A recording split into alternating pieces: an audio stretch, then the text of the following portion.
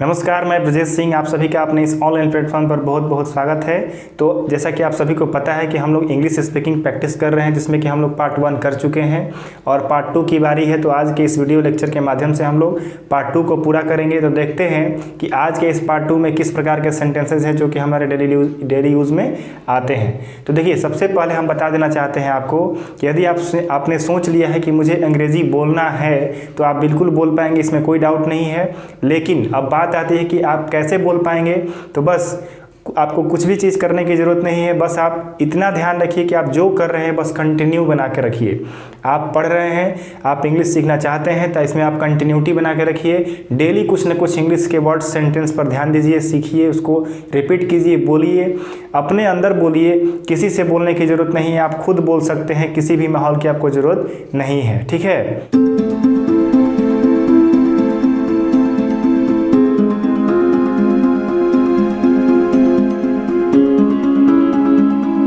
तो आइए देखते हैं कि आज के सेंटेंसेस हमारे क्या हैं।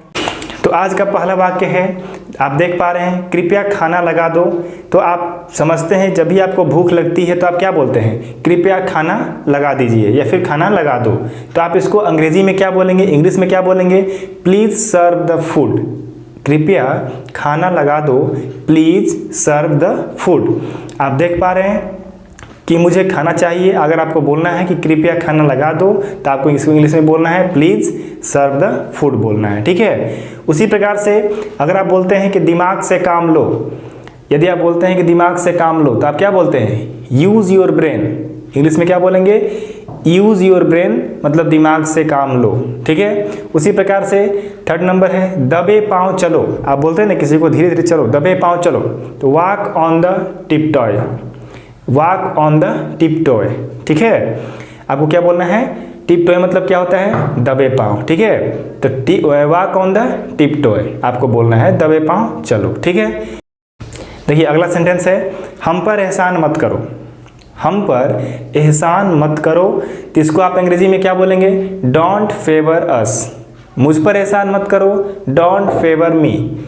ठीक है। तो कहने का मतलब है कि जब आप किसी को बोलेंगे कि मुझ पर या हम पर एहसान मत करो तो आप सिंपली बोलेंगे डोंट फेवर मी। कुछ भी चीज़ जब मना करते हैं आप तो वहाँ पर आप डोंट लगा सकते हैं। ठीक है। मत छुओ, इसे मत छुओ, डोंट टच इट बोलते हैं। डोंट का मतलब है मना करना, निषेध करना, मना करना, रुकना, कोई भी काम करने से उसको रोकना, डोंट का प्रयोग होता है। ठीक है। उसी प्रकार से अगला सेंटेंस है, नंगे पैर मत चलो। नंगे पैर मत चलो, तो इसको क्या बोलेंगे आप, यहाँ भी मना कर रहा है तो don't walk bear foot. Don't walk bear foot. आप क्या बोलेंगे कि नंगे पाँव मत चलो, मतलब बिना चप्पल के मत चलो, तो डोंट वॉक बेयर फुट। ठीक है। उसी प्रकार से थर्ड नंबर है, मुझे गुस्सा मत दिलाओ। मुझे गुस्सा मत दिलाओ, डोंट मेक मी एंग्री। यहाँ भी मना कर रहा है तो डोंट मेक मी एंग्री। तो आप यहाँ पर एक चीज़ सीख लीजिए कि जब भी आपको कुछ मना करना होगा तो आप डोंट का प्रयोग करेंगे। ठीक है। तो मुझे गुस्सा मत दिलाओ तो डोंट मेक मी एंग्री। ये सारे डेली यूज़ में सेंटेंस आते हैं, आप इसको यूज़ कीजिए, बोलिए, अपने में सोचिए, तो आपको याद करने की ज़रूरत नहीं पड़ेगी। ये भी सेंटेंस है। देखिए अगला आपका, आटा गूंथ लो। ये भी आप यूज़ करते हैं। आटा मतलब बोलते हैं ना गूंथने के लिए, तो उसको क्या बोलेंगे, net the floor. Net the floor, आटा गूंद लो। ठीक है। नेट द फ्लोर, यहाँ पर के साइलेंट है, नेट द फ्लोर। ठीक है। उसी प्रकार से जब आटा गूंद लेते हैं तो बोलते हैं रोटियां बेलो। रोटियां बेलो, बेलो मतलब आप समझ रहे हैं। तो यहाँ पर रोल द ब्रेड्स या फिर roll the chapatis, roll the chapatis. ठीक है। उसी प्रकार से समझने की कोशिश करो, तो समझने की कोशिश करो क्या है, तो ट्राई टू अंडरस्टैंड। इसको इंग्लिश में क्या बोलेंगे, समझने की कोशिश करो। जब बोलते हैं ना किसी को आप किसी समझने की कोशिश करो ना, तो try to understand, try to understand, समझने की कोशिश करो। ठीक है। उसी प्रकार से अगला सेंटेंस है, जिद मत करो, डोंट बी स्टबर्न। इसको क्या बोलेंगे, डोंट बी स्टबर्न। यहाँ पर थोड़ा सा इसको प्रोनाउंसिएट करने में थोड़ी सी आपको परेशानी हो सकती है, 2-3 बार आप करेंगे तो हो जाएगा। स्टबर्न, स्टबर्न, यहाँ पे दो तोड़ के कीजिए, स्टबर्न। ठीक है। जिद मत करो तो डोंट, जिद का मतलब होता है स्टबर्न, तो डोंट बी स्टबर्न। ठीक है। डोंट, यहाँ पे डोंट लगा है, मना कर रहा है ना, तो डोंट लगा हुआ है, डोंट बी स्टबर्न। समझ रहे हैं बात को। यहाँ पे थोड़ा सा इसको 2-3 बार आप करेंगे प्रोनाउंसिएट स्टबर्न को, तो आप समझ जाएंगे क्या बोला जा रहा है।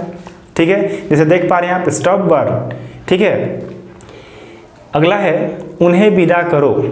जैसे आपके यहाँ कोई आता है तो आप उसको विदा करते हैं ना, तो वहाँ पे आप क्या बोलेंगे, सी हिम ऑफ। इंग्लिश में क्या बोलेंगे, सी हिम ऑफ। उन्हें विदा करो या फिर उसे विदा करो। ठीक है, उसके बाद है इशारा मत करो। आप यदि आपको कोई इशारा करता है या फिर कोई इशारा कर रहा होता है तो आप उसको मना करते हैं कि इशारा मत करो, तो डोंट गेस्चर, डोंट गेस्चर। ठीक है, क्या होगा, डोंट गेस्चर। ठीक है, उसी प्रकार से अगला सेंटेंस है समय के महत्व को समझो। समय के महत्व को समझो, तो understand the importance of time. ये तो सिंपल सी बात है, आप बोलते भी होंगे, आप लोग यूज करते होंगे इस सब सेंटेंस को कि समय के महत्व को समझो, तो understand the importance of time. उसे समय लेने दो। जैसे मान लीजिए कोई एग्जाम दे रहा होता है या फिर आपसे कोई पैसा लिया होता है तो आप बोलते हैं ना, चलो उसको समय लेने दो जितना लेना है, तो क्या बोलेंगे इसको इंग्लिश में, let him take time. Let him take time. आप समझ रहे हैं बात को ना, उसे समय लेने दो, तो लेट हिम टेक टाइम। उसी प्रकार से है बक बक मत करो। बक बक मत करो, कोई बड़बड़ बड़बड़ करते रहता है, बिना मतलब का बोलते रहता है, तो आप बोलते हैं ना कि बक बक मत करो, तो डोंट पैटल, डोंट पैटल। ठीक है, उसके बाद या फिर इसको बोल सकते हैं आप क्या कि hold your jaw. Hold your jaw मतलब अपने जुबान को बंद करो, मतलब शांत रहो, बक बक मत करो। ठीक है, तो इसको आप क्या बोलेंगे, होल्ड योर जॉ या फिर डोंट पैटल। ठीक है, तो ये सारे सेंटेंस आपके थे आज के पार्ट 2 के लिए।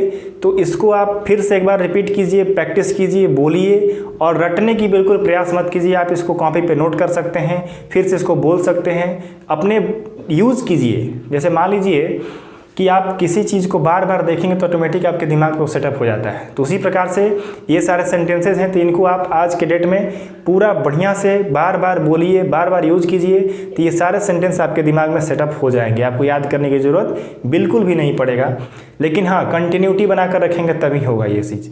समझ रहे हैं बात को? तो चलिए बहुत बहुत धन्यवाद। फिर मिलते हैं हम लोग पार्ट 3 में और भी सेंटेंसेस के साथ। 3 सभी सेंटेंसेस को प्रैक्टिस करते रहिए, आप अच्छे से बिल्कुल सीख पाएंगे।